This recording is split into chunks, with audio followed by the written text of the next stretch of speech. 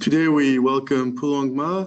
Dr. Ma obtained his PhD in statistics 2 years ago from the University of Cincinnati, and his dissertation topic was about spatial and spatiotemporal statistics.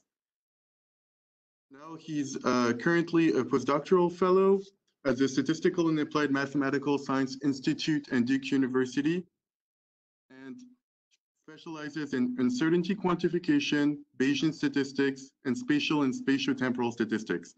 Today, he will be presenting on surrogate modeling for uncertainty quantification in both remote sensing retrievals and storm surges. And with that, I'll let Pulong Ma speak today. Thank you for joining us. And introduction. So today I will mainly talk about two applications that I have been working on also to retrievals and storm surges with focus on uncertainty quantification.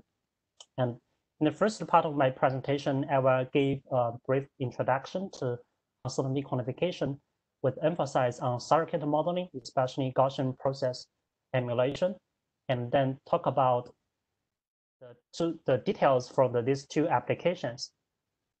And for each application, I will briefly illustrate the statistical method behind the emulator construction. But if you want to know some details about the statistical models, then you could check out the papers that are available online. The UQ is a rapidly growing area that has been developed in the last 3 decades. And EQ is the interface of use of simulators, data, and probabilistic uncertainties to solve a wide range of problems. The most crucial components in EQ consist of 2 steps known as verification and validation. By verification, we mean that we need to guarantee that the computational model can correctly solve the mathematical model, which represents the true physical system. By validation, we mean we need to figure out how well the computational model can represent the true physical system, since the true physical system is related to the quantity of interest, which is typically a transformation of some quantity in the true physical system. But we also know that there's a discrepancy between the physical process that is simulated by the computational model and the true physical system. So we're also interested in quantifying the errors.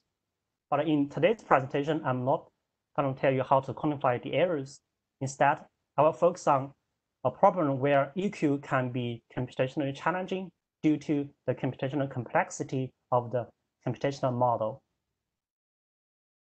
And to tackle this computational challenge, there are 2 different approaches that has been suggested in the applied math community and the statistical community. In the applied math community, people typically use simplified physics to develop surrogate models so that they can use a more cheaper computational model. In the stat community, we typically develop a statistical model, also called an emulator, that is a probabilistic approximation to the computational model. And we typically use Gaussian processes to develop emulators. For those of you who are not very familiar with Gaussian processes, I will give a very brief introduction. For the Gaussian processes, it has 2 major components called the mean function, mu, and the covariance function. The sigma squared is the variance parameter, R is the correlation parameter. The mean function captures the overall trend in the output, and the covariance function captures the nonlinear interaction that is left by the trend term. With the Gaussian process, if we run the simulator at a few input parameter settings, then we can obtain a predictive distribution. And in fact, we can show that the predictive distribution only depends on the data that we have and also the correlation parameter. With the predictive distribution, we could exactly compute the posterior predictive mean and corresponding posterior predictive variance. One nice feature about the Gaussian process is that if the underlying correlation function is continuous, then we can show that the predictive mean goes through the original simulation output exactly if one of the x star belongs to one of the x 1 to xn, and also the corresponding uncertainty variance is exactly 0, and this is known as the interpolation property for Gaussian processes. As mentioned, the correlation function captures the nonlinear interaction. So encountered in the literature, one of the most widely used correlation function is called the Merton class, which has two parameters. Phi is the range parameter, which controls the strength of correlation between 2 points. And nu is a smoothness parameter, which controls the differentiability of process realizations. And for typical computer model outputs, the underlying physics is typically smooth. So we typically fix nu at certain values so that it can reflect the properties of the underlying physics. And we can also show that the Merton correlation function has an exponentially decaying tail. So it only allows a short range dependence. This property can be problematic if we want to make extrapolation in regions where we do not have any data, or if we want to use Merton class to model some climate processes, it is also problematic because for certain climate processes, it has long range dependence. This cannot be captured by the Merton class. To overcome this limitation, I will propose a new class of correlation function. And this new class of correlation function has a polynomially decaying tail. So it can allow both short range dependence and long range dependence. And we name this new class of correlation function as the confluent hypergeometric class because it incorporates a special mathematical function called confluent hypergeometric function. And this new correlation function contains 3 parameters. Alpha is the tail decay parameter, which controls the rate of decay. And beta is the range parameter. Nu is the smoothness parameter that controls the differentiability of process realizations. And we have also shown that the confluent hypergeometric class outperforms the Merton class for spatial data, for many spatial processes, and also for computer model outputs.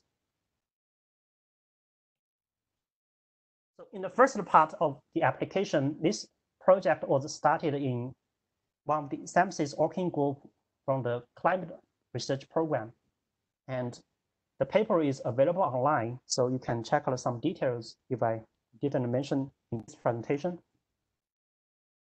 The main motivation is that in NASA's OSO2 mission, the OSO2 satellite collects the spectral radiances, and the radiances will be separated into 3 different bands because the OSO2 satellite carries 3 image-granting spectrometers, and these 3 spectral bands known as oxygen band and weak CO2 band and strong CO2 band. With these measured radiances in the OSO2 mission, we would like to infer the underlying state of the atmosphere. And after we get the estimates of the state of the atmosphere, we would like to make quality assessment on those estimated state vectors. However, there's no ground truth for us to validate the estimates of the state vector. And to deal with this challenge, recently, Truman and Braverman, they proposed to use simulation experiments to quantify the uncertainties and also make assessment for the estimated state vector. The basic idea is the following. Suppose we can simulate the state vector from a representative distribution, and then we use the simulated state vectors to generate synthetic radiances, mimic the observations collected by the OSO2 satellite. And F is a physical forward model, which describes the mathematical relationship between the state vector and the radiances. And epsilon is a measurement error process that mimics the measurement error processes in the OSO2 satellite. With the synthetic radiances, then we can produce the estimates of the state vector through the retrieval algorithm. The retrieval algorithm is actually an inverse problem that aims at finding the posterior mode of x given y. And this inverse problem is solved numerically using some numerical optimization algorithms. However, in order to perform the observing system on certain experiments, we needed to run large number of simulations for the state vectors. And also, the forward model is very expensive. So currently performing the observing system on certain experiments is done offline, and it is extremely computationally expensive. To deal with this computational challenge, we propose to develop a statistical emulator to replace the forward model so that we can first speed up the process to generate synthetic variances, and second, to speed up the retrieval algorithms. So what is the forward model that currently has been using in the OCO2 mission? The forward model is a very complicated and nonlinear model that consists of several different modules. And the detailed description can be found in this document, but I will not go to the details.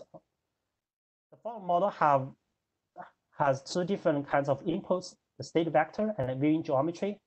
The state vector X is a 62-dimensional vector containing several different components, such as the CO2 vertical profile, surface pressure, surface albedo, and aerosols. The key quantities here is in CO2 vertical profile, since this quantity has been used to calculate a quantity of interest known as XCO2, which is just the weighted average of the CO2 vertical profile. And for the viewing geometry, it is a 4-dimensional parameter that mimics the measurement error process in the OCO2 satellite. So for this forward model, we have a very high dimensional input parameter due to the high dimensionality in the state vector. Here, this figure shows 5 different simulation outputs from the forward model. And each simulation output is called a sounding, a terminology known in remote sensing science. And we can see that for this simulation output, they are separated into 3 different spectral bands, and we have a missing gap between each band. And also, this is a functional output. Within each band, we have missing values. So in order to develop an emulator for this complicated forward model, we needed to deal with 3 different challenges. First, we have a functional output with missing values. Second, we have a high-dimensional input. Third, we have large number of model runs or training samples, because large number of model runs are required to make quality assessment through the observing system uncertainty experiments. And to deal with the high-dimensional output space, we assume that the function output can have a basis function representation, and the basis function mu here and the mean function here and the basis function eta here can be determined by using functional principal component analysis, because functional principal component analysis can deal with missing values, and also it can capture most of the variations only through a few functional principal scores. And we found that in this application, the oxygen band can be described by the first 3 functional principal components with variation up above 99% of variation. And for weak CO2 band and strong CO2 band, we could just use 1 functional principal component to describe the variation above 99% of the variation. And since the functional basis eta here are orthogonal, so we assume independent Gaussian processes for each of the functional principal scores. So this goes back to the earlier Gaussian process emulation framework for the functional principal scores. However, we also need to specify the structure of the correlation structure. For the correlation function here, we could assume a product form between the input parameter, the state vector x, and the viewing geometry. Since we have a high-dimensional input vector X, traditional GP modeling is challenging since it contains about 62 different parameters. And to deal with this challenge, we use a projection matrix to perform dimension reduction. The idea is the following. Here, if you look into the correlation function here, we have a distance d between any two state vectors. And if we define the distance in this way, as you can see, if the projection matrix P here is an identity matrix, which basically indicates that the distance is just the scalar distance.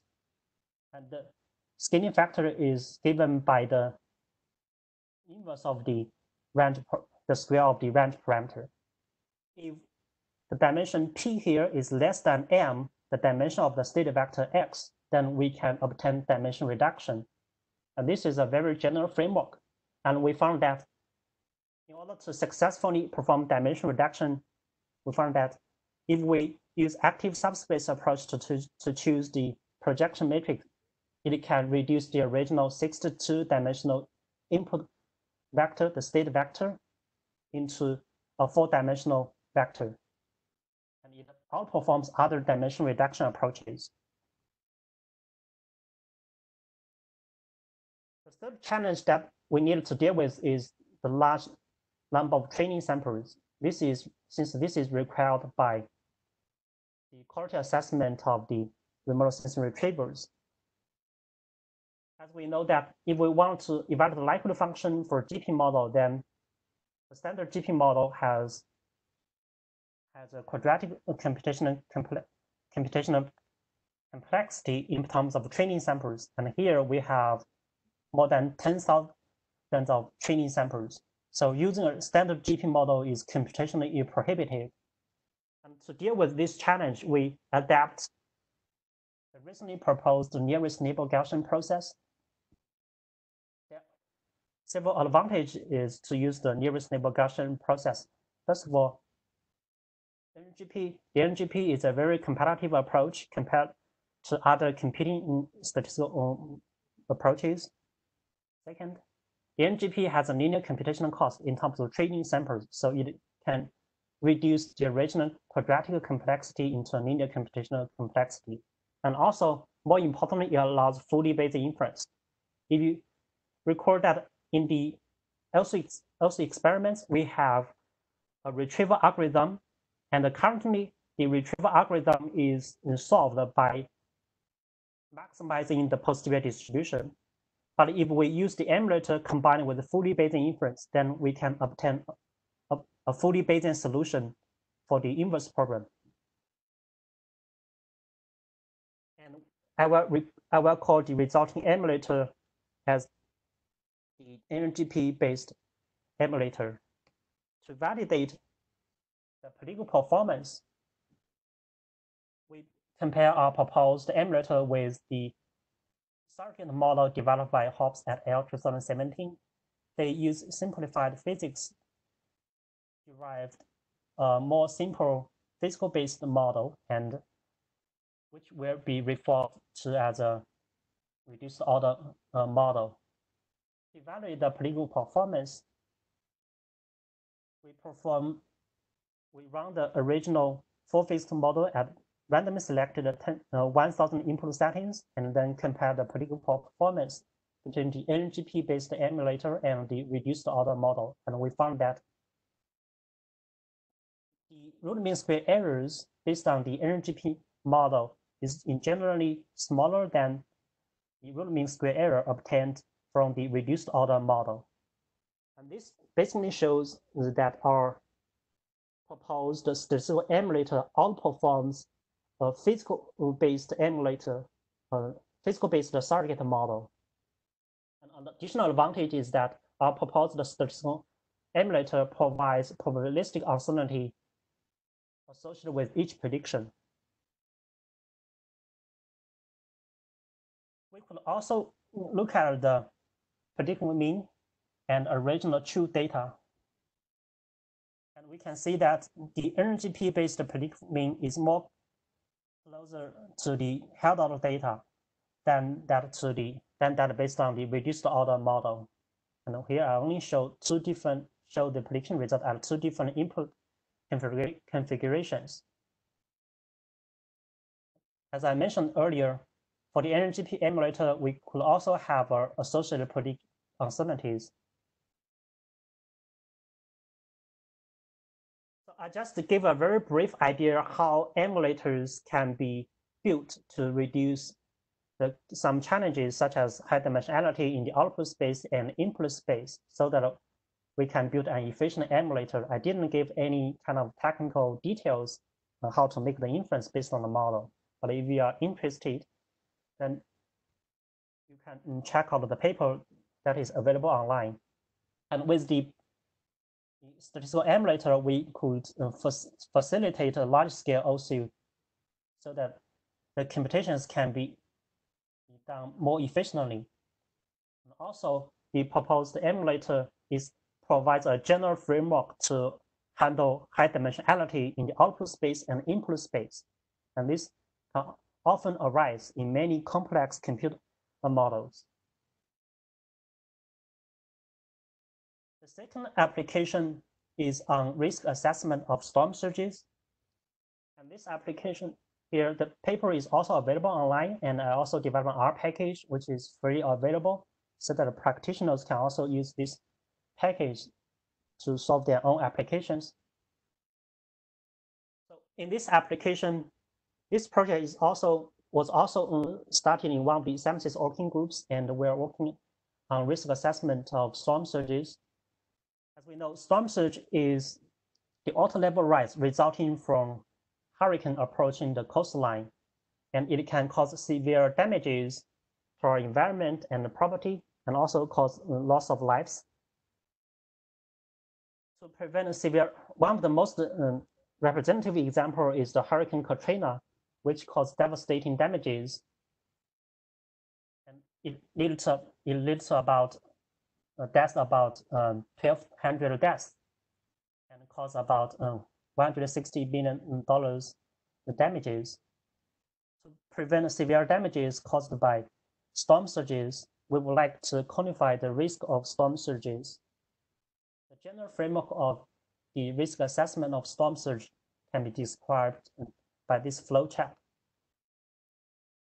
We can see here, in order to quantify the risk of storm surges, we need to determine the input distribution that characterize the storms or hurricanes, and also we need a search model to predict storm surges so that the rare event probability or return levels can be computed based on simulations from the computational model. However, the current stage model used in the United States are very expensive. So directly computing the rare event probability or return levels based on the computational model is computationally prohibitive. And we propose to develop a statistical emulator to replace the computer model so that the computation of rare event probability or return levels can be performed much more efficiently. The currently used storm surge model called EDSOC, which is the primary storm surge model in the United States. This storm surge model has been certified by FEMA for coastal flood hazard study, and it has been successfully used in a large number of applications.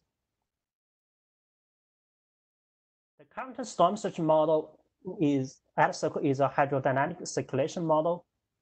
However, this EDSOC model does not incorporate wave effects, which will cause severe damages near shore, especially in areas with island barriers.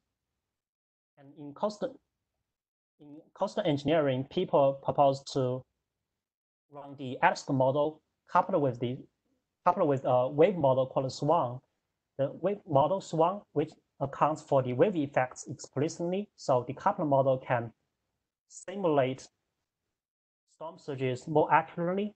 And in a recent FEMA report, that report have shown that the coupled model can provide very accurate storm surges compared to observed surges with less than 0.3 meters. The ADSOC model consists of two different types of inputs. The first type of input consists of bathymetry and topography mesh. Here we focus on southwestern Florida, so this can be considered as a fixed. And it also consists of another type of input called wind and pressure fields.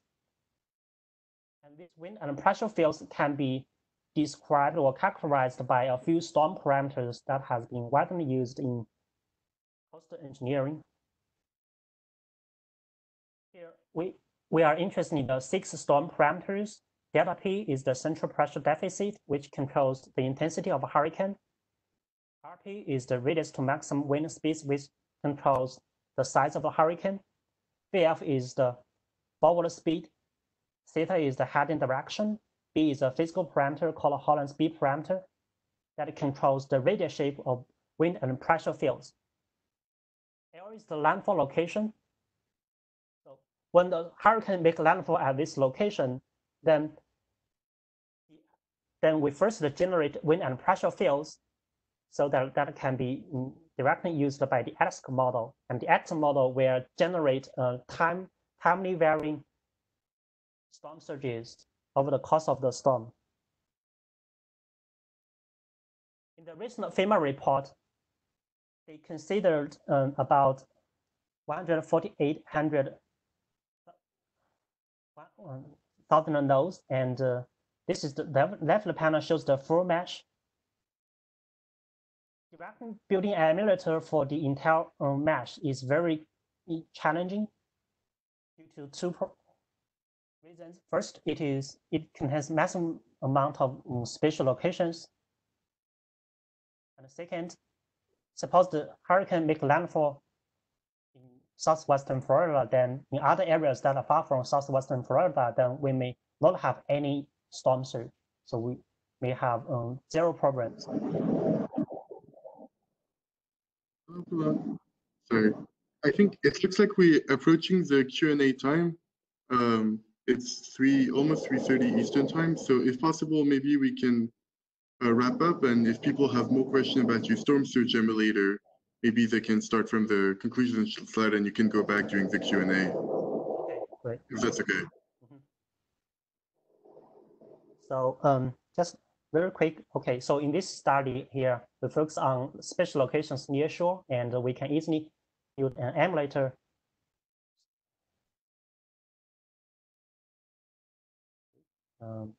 The basic idea is that we just focus on one spatial location and then assume and use simulations from the ADSOC model itself, because this is a much cheaper simulator, and then use a limited run from the high fidelity simulator. Because the high fidelity simulator took us about 2,000 core hours to get a single run. So directly building an emulator for the high fidelity simulator is very expensive. That's why we want to combine simulations from 2 simulations. And okay, if we have time, then we can talk about how we build the emulator, but I want to wrap up here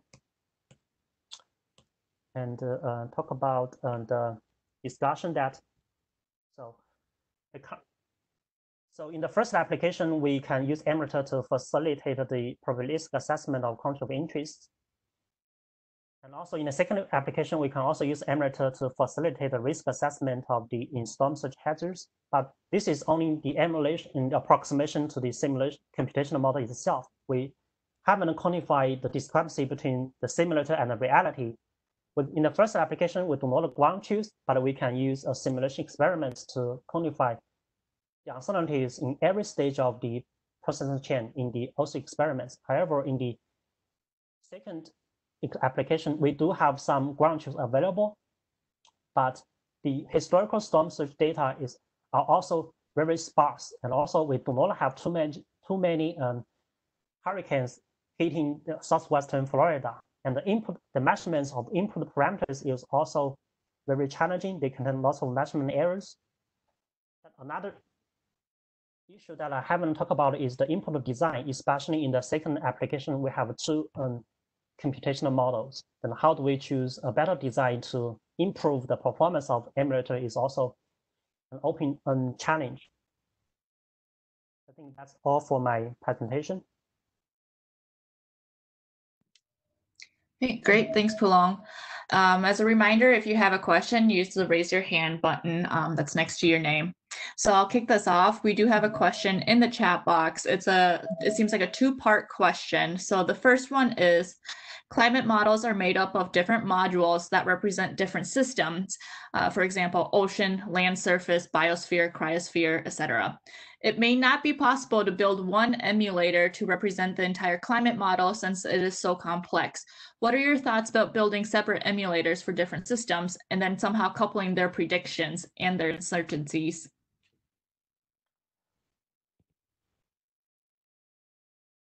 So I think this is related similar to the second application. We have different physical systems to model the storm surges, and we propose emulators basically that can predict the most accurate system and also predict the less accurate system. And the uncertainty are inherent by the discrepancy function between each of the physical system. And the discrepancy between each of the physical system are modeled by Gaussian processes.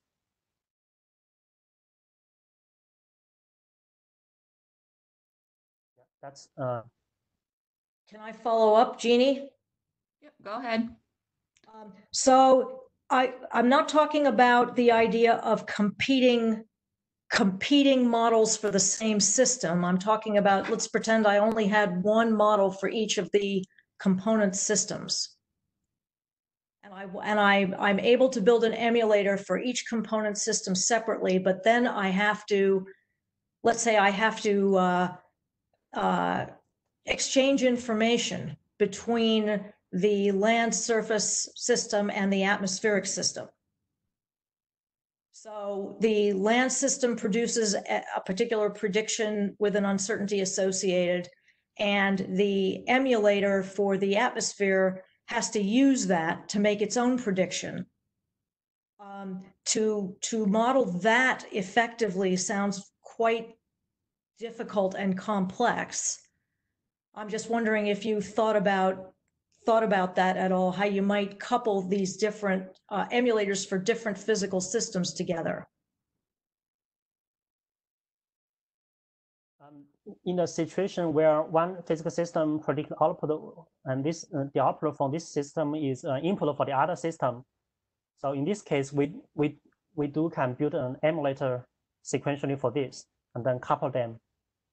But this is computationally very challenging due to the high dimensionality in the output space, and also, of course, in the input space for the second emulator.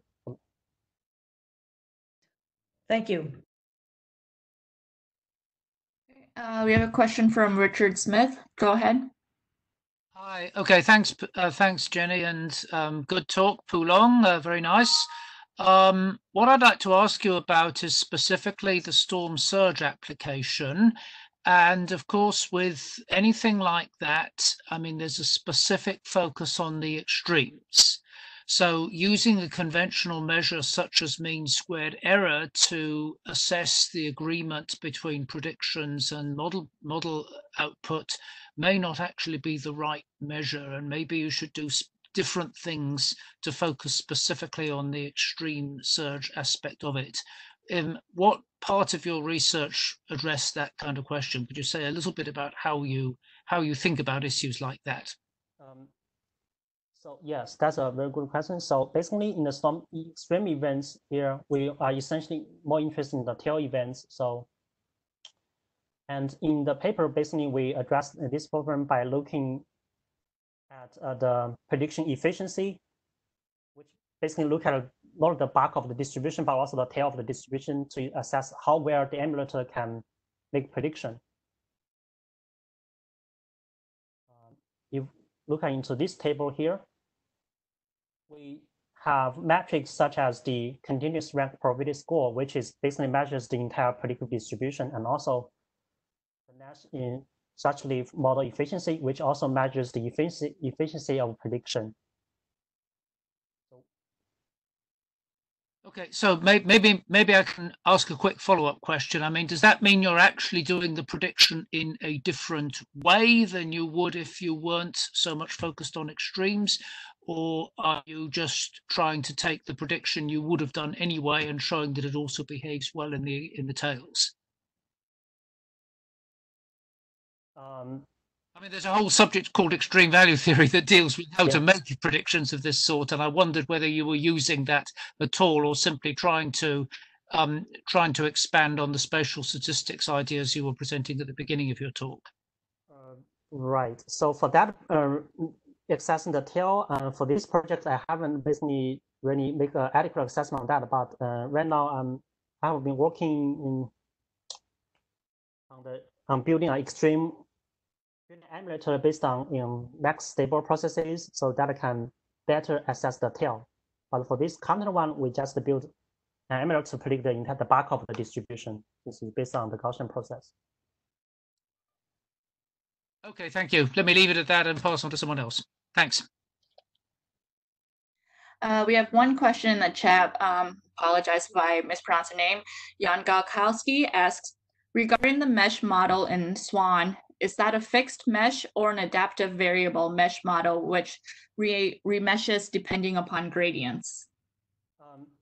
The mesh here is an adaptive triangular mesh. So when you look at closer to the coastline, the resolution is very fine. If we're far away from the coastline, such as in the deep ocean, then we have very coarse mesh. And I'm not quite sure about the gradients information. Do you mean this how the finite and element method to solve the underlying physics, or? Let's see, Jan, we can't hear you. Can you make sure you're on mute? Take yourself off mute, or I can read out your response in the chat. Can you hear me now? Yeah, we can hear you, Pulong. Okay. So the contour mesh is fixed, but it is adaptive near the coastline, and the finest resolution is about 30 meters. So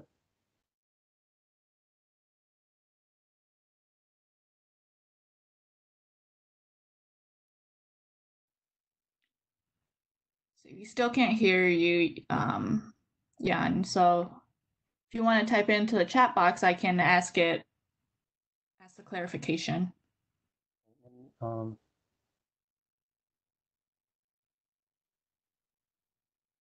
think he's typing.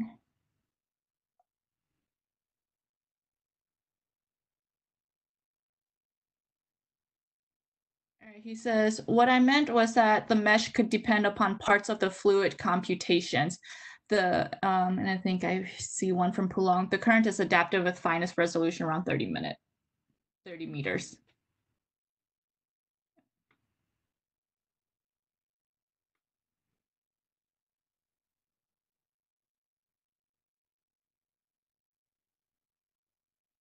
All right, I think looking at time, I want to keep going on with the discussion.